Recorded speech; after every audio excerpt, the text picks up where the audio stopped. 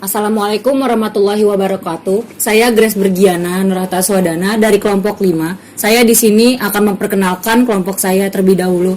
Yang pertama ada Maulana Raffi Mufatan, yang kedua ada Nur Aini, yang ketiga ada Hilmi Yusliha, yang keempat ada Sofi Widyasari. Di sini saya akan menjelaskan tentang menganalisis upaya bangsa Indonesia dalam mengancam desintegrasi bangsa. Yang pertama adalah PKI Madiun tahun 1948. Yang kedua adalah APRA. Yang ketiga ada Andi Aziz. Yang keempat ada RMS. Yang kelima adalah PPRI Permesta. Yang keenam adalah G30 SPKI. Yang pertama saya akan menjelaskan tentang PKI Madiun tahun 1948. Di sini pemberontakan PKI di Madiun tahun 1948 tidak lepas dari jatuhnya Kabinet Amir Syarifuddin tahun 1948. Jatuhnya Kabinet Amir disebabkan oleh kegagalan dalam perundingan refill pada tahun 1948 di Madiun. Selanjutnya, pada tanggal 28 Juni tahun 1948, memperkuat basis massa front ini membentuk organisasi kaum petani dan buruh. Selain itu, puncaknya ketika terjadi pemogokan di pengusuhan buruh pada tanggal 11 Agustus 1948. Untuk menumpas pemberontakan PKI, pemerintah melancarkan operasi militer pada tahun 1948. Dalam hal ini, peran divisi Siliwangi cukup besar. Di samping itu, Panglima Besar Jenderal Sudirman memerintahkan Kolonial Gatot Subroto di Jawa Tengah dan Kolonial Sungkono di Jawa Timur untuk mengerahkan pasukan pemberontakan PKI Madiun. Sekitar 300 orang tertangkap oleh pasukan Siliwangi pada tanggal 1 Desember 1948 di daerah Purwodadi, Jawa Tengah. Selanjutnya adalah APRA. APRA adalah Angkatan Perang Ratu Adil, adalah organisasi yang dibentuk oleh Kapten Raymond Westerling pada tahun 1949. Anggota dari kelompok ini berasal dari Belanda dan tidak menyetujui pembentukan Angkatan Perang Republik Indonesia Serikat atau APRIS. Karena tidak persetujuan ini, setelah itu APRA menyerang ibu kota Jakarta dengan tujuan untuk membunuh Menteri Pertahanan yang diduduki oleh Sultan Hamengkubuwono IX dan Kolonel TB Simatupang selaku komandan APRIS. Namun setelah itu gagal, akhirnya Westerling dikembalikan ke Belanda. Selanjutnya, tujuan pemberontakan Andi Aziz. Secara umum, tujuan ini bertujuan untuk mempertahankan NIT. Dalam aksinya, Andi Aziz tidak bergerak sendiri, tetapi dibantu juga oleh Sultan Hamid II dalam pemberontakan APRA dan Belanda. Jadi, peristiwa Andi Aziz dan peristiwa APRA itu berkesinambungan. Oke, selanjutnya, pada tanggal 8 April 1950, pemerintah Indonesia memberikan ultimatum yang isinya memerintahkan Andi Aziz untuk segera melaporkan diri dan mempertanggungjawabkan perbuatannya. Dia dikirim ke Jakarta dalam waktu 4 kali 24 jam.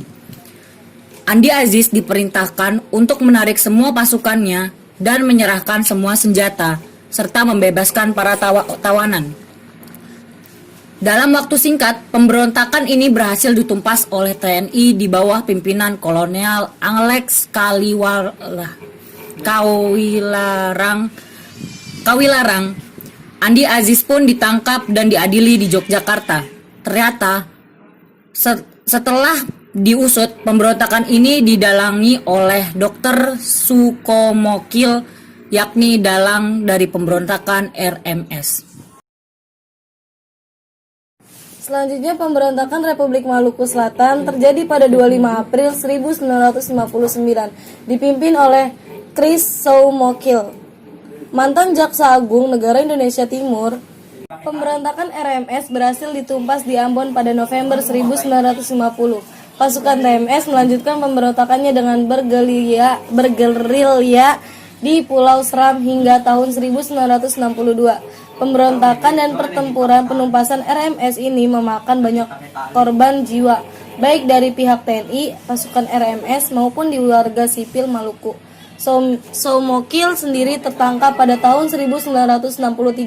Setelah kalahnya RMS, sekitar 12.000 mantan prajurit KNIL dari Maluku dan pendukung RMS mengungsi di Belanda. Para pendukung RMS ini ditempatkan di kamp-kamp dan perumahan yang terpencil. Akibat beberapa pendukung RMS melakukan tindakan terorisme sebagai bentuk kekecewaannya terhadap pemerintahan Belanda yang dianggap tidak mau membantu RMS. Tindak terorisme yang dilakukan pendukung RMS di Belanda diantara lain adalah percobaan pembunuhan Duta Besar Indonesia di Belanda di rumahnya di Wassenaar pada tahun 1970. Penyanderan kereta api di Windsor dan penyerangan kedutaan Indonesia pada tahun 1975. Percobaan pembunuhan terhadap Duta Besar Indonesia disempat memperburuk hubungan Indonesia dengan Belanda. Di Maluku sendiri, gerakan RMS menyebabkan perselisihan antara pendukung RMS dan warga Maluku lain yang menolak RMS dan ingin mempertahankan Maluku sebagai bagian dari Indonesia. Sentimen ini diduga sebagai salah satu penyulut kerusuhan di Maluku pada akhir 1998 dan awal 2000-an. Selanjutnya PRRI Permesta. Sejarah pemberontakan PRRI, kemudian para tokoh militer dan sipil pada tanggal 9 Januari 1958 mengadakan pertemuan di Sungai Dareh, Sumatera Barat. Dalam pertemuan tersebut dibicarakan masalah pembentukan pemerintahan baru dan hal-hal yang berhubungan dengan pemerintahan baru tersebut.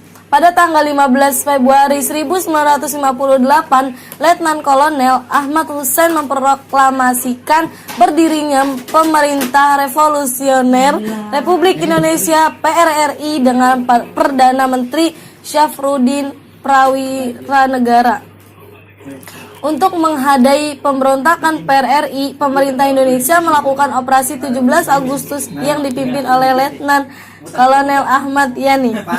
Tujuan operasi ini adalah untuk menghancurkan kekuatan pemberontak dan mencegah campur tangan asing.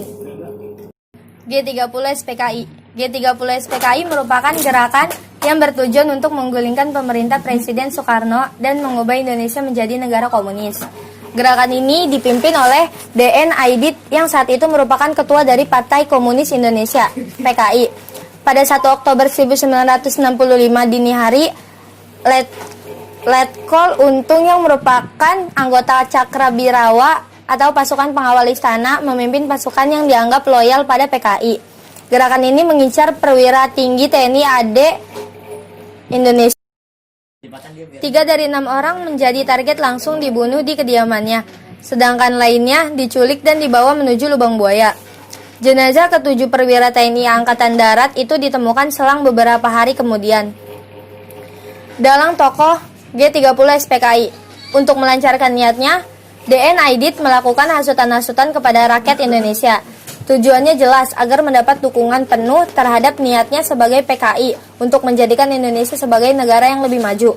Dalam penculikan itu, ada 4 yang dibunuh di lubang buaya, sementara 3 lainnya langsung dibunuh di kediaman mereka sendiri. Mereka adalah Ahmad Yani, MT Haryono, dan DI Panjaitan, sedangkan AH Nasution berhasil meloloskan diri.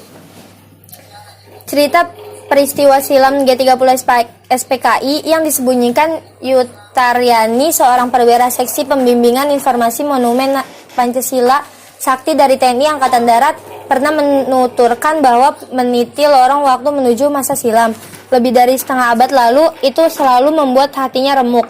Peristiwa kelam dan penuh dengan luka itu selalu membuat emosinya bergejolak, mengingat bagaimana para jenderal dihabisi dengan sadis.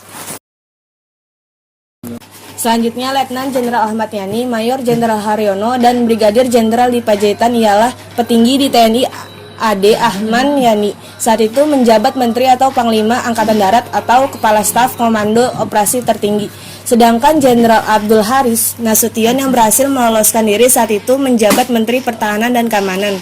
Kabarnya 4 lainnya yang masih hidup saat dibawa ke rumah penyiksaan terlebih dahulu. Ajudan Nasution Andreas Kandean juga kemudian ikut menjadi korban. Rumah penyiksaan yang dimaksud adalah sebuah kediaman salah seorang warga di desa Lubang Buaya. Rumah yang menjadi saksi bisu itu kini berada dalam kompleks Monumen Pancasila Sakti. sangat berbeda seperti saat itu. Dulu Lubang Buaya hanyalah hutan karet yang tak banyak penduduk tinggal di situ. Sesaat sebelum dibunuh para jenderal disuruh atau mungkin dipaksa untuk menandatangani yang namanya Dewan Jenderal. Itu adalah tipu muslihat PKI bahwa Angkatan Darat akan melakukan kudeta terhadap pemerintahan yang sah nantinya.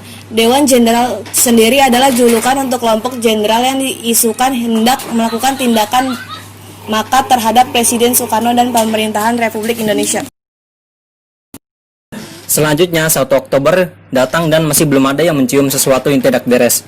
Akhirnya pada tanggal 4 Oktober, mayat yang ditemukan dan diangkat dari dalam sumur. Jasad segera divisum dan diotopsi di Rumah Sakit Pusat Angkatan Darat Gatot Subroto.